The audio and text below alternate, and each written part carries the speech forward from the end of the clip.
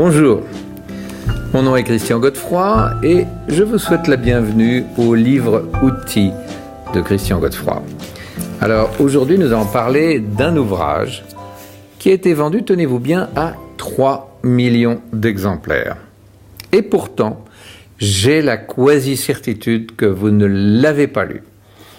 Alors qu'est-ce qui me fait dire ça ? Eh bien, c'est un livre qui n'est pas si facile que ça à trouver. Son titre en anglais, The Magic of Thinking Big. L'auteur, David Schwartz. Voilà la couverture en anglais. Il existe une version française qui se nomme La magie de voir grand. C'est un livre qui a été écrit en 1979. Il a été publié par Prentice Hall. Et pourquoi a-t-il eu autant de succès ? Bien parce que tous, au fond de notre esprit, nous savons, nous sentons intuitivement que nous pensons trop petit et que la magie de voir grand, c'est vraiment un bon programme. Alors, qu'y a-t-il dans ce livre ? Bien, on va commencer par 4 façons pour développer ses habitudes de penser grand. 1. Utilisez des mots positifs, chaleureux, grands, pour décrire comment vous vous sentez. Quand quelqu'un vous demande « Comment ça va aujourd'hui ?» et que vous répondez « Ah, je suis fatigué » ou « Ah, j'ai un mal de tête » »,« Ah, il ne fait pas très beau aujourd'hui », eh bien, vous vous mettez dans une situation où ça va aller de moins en moins bien. Alors, entraînez-vous à la chose suivante. Chaque fois que quelqu'un vous demande « Comment ça va ?», répondez « Fantastiquement. Et vous ?» ou « Ah, super !» ou « Très bien !» Dites que vous vous sentez bien. Et vous allez voir, il sera beaucoup plus facile de vous sentir bien que si vous répondez que vous avez mal de tête ou que quelque chose va mal. Bon, il faut se dire que quand on dit que quelque chose va mal, on se fait plaindre, on passe en victime. Et c'est toujours plus confortable d'inspirer la pitié que l'envie. C'est ma grand-mère qui disait ça. Quand elle allait voir son percepteur, elle mettait son plus vieux chapeau, elle mettait des vêtements qui avaient des trous, et elle me répétait toujours il vaut mieux faire pitié que de faire envie.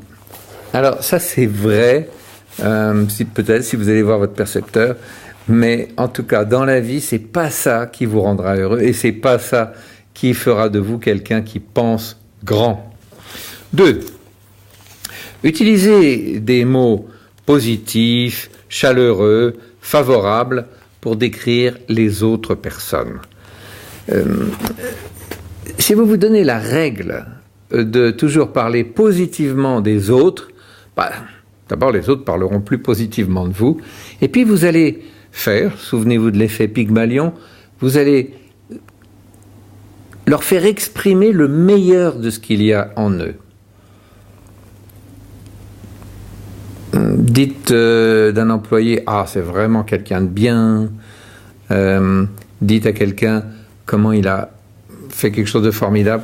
Moi, j'ai vécu ça pour la première fois avec Laurent Rombaldi. C'était mon patron quand j'étais dans une maison d'édition qui s'appelait les Éditions Rombaldi. Et souvent, quand je faisais quelque chose de bien, il m'envoyait un petit post-it collé sur mon travail avec simplement « Bravo !» point d'exclamation et sa signature. Ça paraît bête, c'est juste un petit mot de rien. Mais j'étais jeune, je manquais de confiance en moi. Ce bravo venant de quelqu'un qui était très très haut, que je mettais sur un piédestal, ça a été quelque chose d'extrêmement positif et d'encourageant dans ma vie. Donc n'hésitez pas à dire bravo, surtout si vous le pensez. 3. Utilisez un langage positif pour encourager les autres. Complimentez les gens personnellement à chaque occasion. Tout le monde a besoin d'être complimenté, particulièrement votre femme ou votre mari, chaque jour, et les gens avec lesquels vous travaillez, complimentez les gens sur leur apparence, leur travail, ce qu'ils ont réalisé, leur famille. 4. Utilisez des mots positifs à propos des plans des autres. Quand quelqu'un entend quelque chose du genre « Ah voilà, des bonnes nouvelles, on a une nouvelle opportunité », leur esprit commence à briller. Donc, au contraire, quand on dit que vous aimiez ça ou pas, vous avez quelque chose à faire, eh bien, c'est pas positif, c'est pas agréable à entendre et ça ne motive pas. Donc, motivez les autres. Alors, un petit test intéressant dans ce livre. Voilà. Je vais prendre des situations et puis vous vous demandez si vous êtes dans la catégorie 1 ou dans la catégorie 2. Alors, dépenses. Catégorie 1. Trouve des façons d'augmenter le revenu en coupant dans les dépenses et en faisant attention, en faisant rentrer l'argent. 2. Cherche des moyens d'augmenter le revenu en vendant plus. Conversation. 1. Parle des défauts de ses amis, de l'économie qui va mal, de son entreprise, de la concurrence. 2. Parle des qualités positives de ses amis, de son entreprise, de la concurrence, mais de manière positive. Progrès. 1. Pense que le mieux, c'est de stabiliser la situation, au mieux de rester sur le statu quo. 2. Pense et croit à l'expansion. Futur.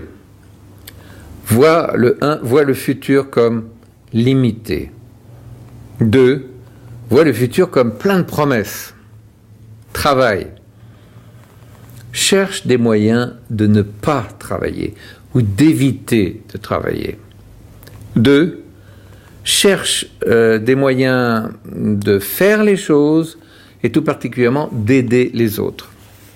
Compétition. Aime être concurrent plutôt avec des gens médiocres ou moyens. 2.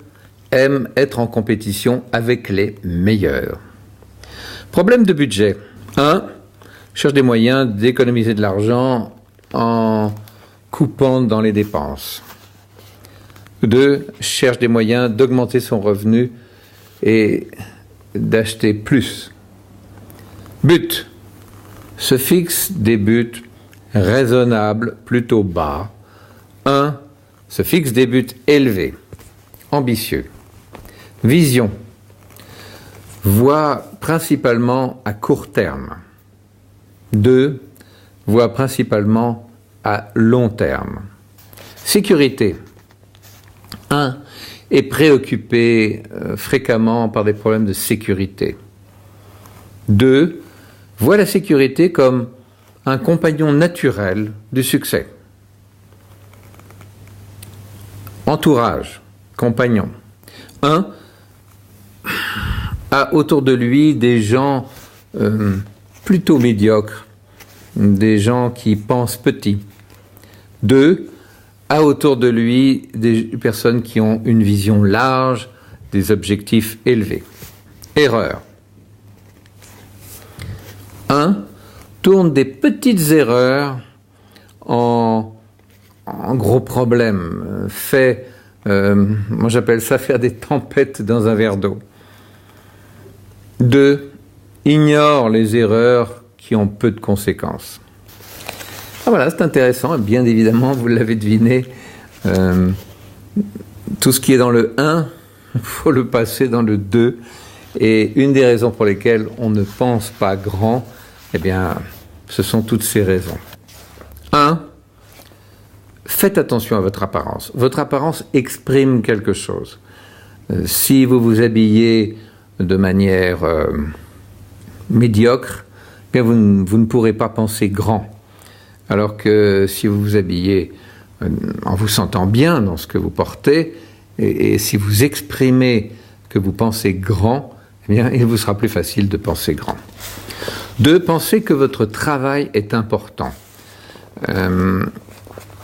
Si vous pensez ça, vous allez programmer dans votre subconscient l'idée qu'il faut améliorer votre travail et cela vous donnera de nouvelles idées pour mieux réussir votre travail. Évidemment, transmettez la même idée à vos subordonnés, c'est-à-dire qu'il faut leur donner le sentiment que ce qu'ils font est important. 3, une idée vraiment intéressante. Faites-vous des petits spots publicitaires pour vous-même chaque jour. Un petit spot publicitaire, et que va être le produit que vous allez vendre? Eh bien, ça va être vous-même. Faites-vous un spot de pub pour vous vendre à vous-même, que vous vous faites fonctionner plusieurs fois dans la journée. Répétez-vous plusieurs fois dans la journée que vous êtes quelqu'un qui vit en première classe. Et 4, dans toutes les situations de la vie, posez-vous la question, est-ce que c'est de cette manière que quelqu'un d'important, qui réussit, qui pense grand, va exprimer les choses? Et tirez-en les conséquences. Alors, bon, vous avez déjà l'essentiel de ce livre. Vous savez que pour penser grand, d'une part, il faut éviter de pratiquer des gens qui pensent petit, il faut voir le positif dans les autres, il faut voir le positif en vous et le magnifier, avoir des objectifs élevés. On va voir le résumé dans la plupart des situations critiques. Comment devons-nous réagir pour penser grand? Alors, 1. Vous gagnez quand vous refusez de vous battre avec des personnes qui pensent petit. Si vous argumentez avec des gens qui pensent petit, eh bien, vous vous mettez vous-même dans une situation où vous devez penser petit. Continuez à penser grand. 2. Attendez-vous à des critiques, à ce que vous soyez visé comme quelqu'un qui un fusil et qui vous met dans sa lunette de visée. Si ça vous arrive, si on vous attaque, c'est la preuve que vous êtes en train de grandir. 3. Souvenez-vous que les gens qui vous attaquent sont psychologiquement malades. Au lieu de leur en vouloir, ayez de la pitié pour eux, de la tolérance. Dites-vous que ça n'est pas vraiment leur faute. Pensez à vos points forts. Concentrez-vous sur vos points forts. Faites-leur prendre dans votre esprit plus de place. Remettez toujours les autres dans une perspective d'êtres humains. Nous sommes tous des êtres humains avec nos forces et nos faiblesses. Alors pourquoi avoir peur de certaines personnes ? Lorsque vous avez un argument, une discussion avec quelqu'un, pensez grand. Posez-vous toujours la question suivante. Allez, honnêtement, est-ce que c'est vraiment suffisamment important pour que j'en fasse un argument, une discussion ? Souvenez-vous que lorsque vous gagnez un argument, lorsque vous gagnez une discussion, généralement vous perdez quelque chose. Évitez les conflits. Regardez les moments où soit vous avez eu un échec, soit vous marquez le pas dans votre progression comme une leçon. Apprenez de ces situations. Prenez le temps de réfléchir. Profitez de ces situations pour rebondir. Utilisez la persévérance. La persévérance, c'est la clé du succès. Lorsque vous faites quelque chose, vous pouvez rencontrer l'échec, mais c'est passager. De cet échec, souvent, on peut tirer une leçon et persévérer jusqu'à réussir. Lorsque votre relation sentimentale commence à aller moins bien, pensez grand. Généralement, la relation sentimentale se défait à cause de petites choses ridicules. Pensez aux choses importantes, pensez à ce qui vous a rapproché de votre compagnon ou de votre compagne. Concentrez-vous sur ses qualités, pas sur ses défauts. Tout ce qui est petites choses qui vous agacent peut-être, mettez-les à leur vraie place, c'est-à-dire loin derrière. Faites des choses spéciales pour la personne que vous aimez et faites-le souvent. Pensez suffisamment grand pour créer des joies dans votre relation. Lorsque vous avez le sentiment de marquer le pas dans votre carrière, quand ça ralentit un peu, pensez grand. Dites-vous que il y a une relation directe avec votre expression personnelle.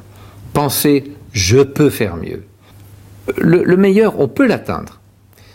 Il y a toujours de la place pour faire mieux. Et si vous vous dites « je peux faire mieux », les idées pour faire mieux vont venir et vous ferez mieux. Pensez à la phrase de Publius Syrus « un homme sage sera le maître de son esprit. Un fou en sera son esclave. » Eh bien voilà, la magie de voir grand, c'est principalement une attitude et une habitude. C'est un déclic à faire dans notre cerveau et vous pourrez réaliser de très grandes choses si vous tournez ce petit déclic à l'intérieur de vous. C'est ce que je vous souhaite. En attendant de parler du prochain livre, portez-vous bien. À très bientôt. Au revoir.